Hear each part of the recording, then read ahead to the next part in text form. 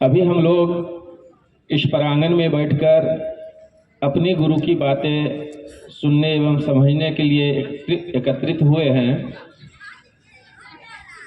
और हम लोग का एक ही उद्देश्य है कि एक एक व्यक्ति के अंदर वो गुरु शिव गुरु रूप में उतरे और हमें आपको शिष्य भाव से उठा करके शिव भाव तक ले जाए। इस आध्यात्मिक प्रयोजन का सबसे सुंदर शब्द 3 सूत्र के द्वारा है और ये 3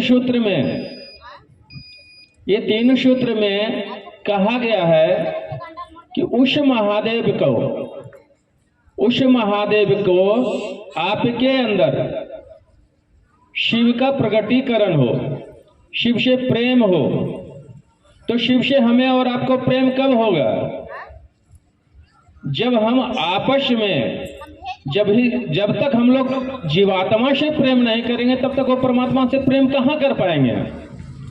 अभी हमारे गुरु बहन यहाँ से 2 शब्द के लिए नाराज हुई और गई, किसी भी भाई बहन को अच्छा नहीं लगा, लेकिन इस प्रयोजन को पहले समझना है कि इसका उत्कर्ष क्या है, इस आध्यात्मिक प्रयोजन का अर्थ क्या है, क्यों हम लोग एकत्रित हुए हैं।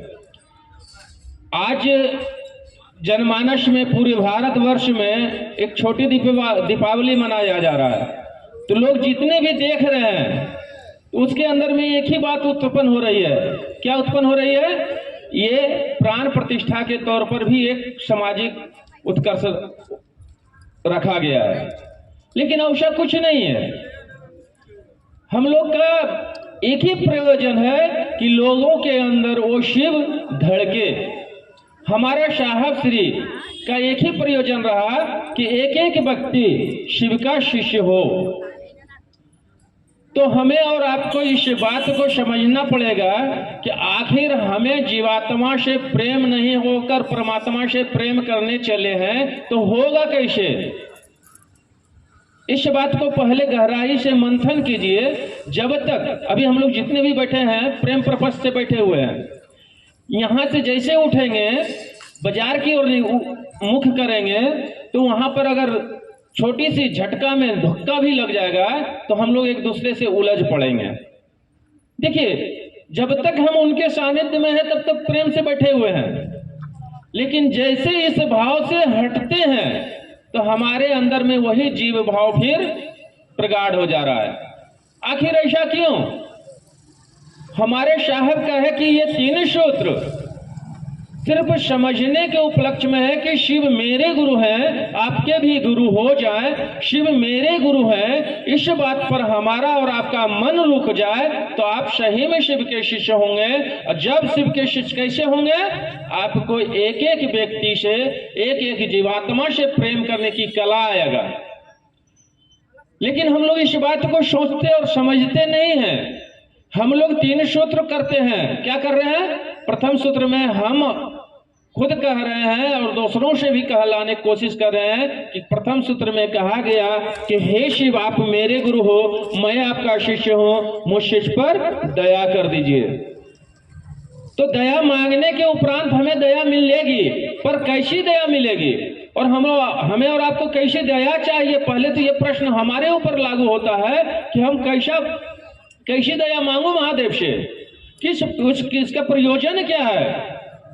तो शिव शिष्यता का तो एक ही प्रयोजन है दीदी कि मैं शिव शिष्य बनूं, लोगों को भी शिव शिष्य बनाऊं, खुद शिव के अंदर प्रगटीकरण हो जाए, दूसरे के अंदर भी शिव के प्रति प्रेम पैदा हो जाए। इसी प्रयोजन के लिए शिव शिष्यता लागू हुई है। शिवगुरु की शिष्यता एक ऐसी शिष्यता है जो जनमानस से प्रेम करने की एक विधा बताती है। हम और आप जो यहाँ उपस्थित हुए हैं, पहले इस बात को सोच लीजिए, हम शिव से प्रेम कर रहे हैं या शिव हमसे प्रेम कर रहा है। अरे शिव हमसे प्रेम किया, इसी प्रेम की अनुभूति हम लोग जो कि एकत्रित हुए। लेकिन अब हमारा और आपका उपलक्ष्य बनता है, उद्देश्य बनता है कि उस महादेव से हम कैसे प्रेम करें। जबकि इसी धरती, बंगाल की धरती में एक कवि का है, जो तो शिव, जो तो जीव, तो शिव। अब ये बताइए दीदी, हम लोग जीव जीव में लड़ाई करेंगे तो हम कहां से प्रेम की, परमात्मा से प्रेम कर पाएंगे? परमात्मा से प्रेम करने के लिए पहले जीवात्मा से प्रेम तो कर लें। जीवात्मा से प्रेम करेंगे तब तो हम परमात्मा से प्रेम कर पाएंगे। अभी हम लोग का जीवात्मा से प्रेम हुआ ही नहीं और परमात्मा से प्रेम करने में चले दिए। चलने के उपलक्ष्य में भी एक कहावत है, एक कहानी है। रामचरितमानस का उद्देश्य लिखा हुआ है तुलसीदास ने। क्या लिखा? तुम त्रिभुवन गुरु वेद वखाना, तुम तीनों त्रिभुवन के गुरु हो। जबकि परमात्मा किसे कहा गया? परमात्मा मात्र एक है। उसे आप राम कहिए, कृष्ण कहिए, बलराम कहिए, श्याम कहिए, घनश्याम कहिए, चाहे महादेव कहिए, कोनो अंतर नहीं पड़ता है। अंतर हमारे आपके पीछे है। क्यों अंतर है? क्योंकि हमें सही गुरु से ज्ञान मिला ही नहीं। अगर सही गुरु के सानिध्य में जाएंगे तभी हम प्रेम की एक भाषा को समझ पाएंगे कि 2.5 अक्षर का प्रेम कितना ही सुंदर चीज है। लेकिन हम लोग सीखे कहाँ हैं? सीखते नहीं है दीदी। जब तक हम लोग उसके सानिध्य में रहते हैं, इसलिए हमारे साहब कह रहे हैं कि अपने मन को शिव के सानिध्य में ले जाओ और पल प्रतिपल महादेव से दया मांगिए। हे शिव, आप मेरे गुरु हो, मैं आपका शिष्य हूँ, मुझ पर दया कीजिए। ये मानस जीवमय से शिवमय हो, तभी हम शिव शिष्य बनेंगे, लोगों को भी शिव शिष्य बनाएंगे। अन्यथा हम लोग शिव शिष्य नहीं बन पाएंगे। शिष्य बनने के क्या है कि गुरु ने जो कहा उसे करना है। गुरु आदेशित काम ही शिष्य का सर्वोपरि है। तो हम और आप इस बात को भी रखेंगे कि अपने गुरु महादेव को प्रणाम करूं और वो प्रणाम अपने महादेव के चरणों में मैं समर्पित हो। उस प्रणाम का प्रयोग करेंगे हम लोग नमः शिवाय से।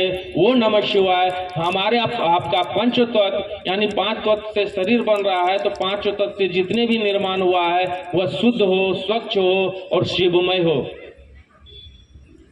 चलिए, हम लोग परमात्मा से प्रेम करने की एक विधा को बताया हमारे साहब ने। उसी परमात्मा से प्रेम करने की एक कला है कि जीवात्मा से प्रेम कर लें। शिव अपने आप प्रेम करने लगेगा, शिव आपसे प्रेम करेगा, आप शिव से प्रेम करेंगे। उससे पहले मैं अपने जीवात्मा, हर एक जीवात्मा से प्रेम करने की एक कला सीख लें। चलिए, इसी चंद शब्दों के साथ आप सबों को पुनः प्रणाम, मेरा प्रणाम स्वीकार।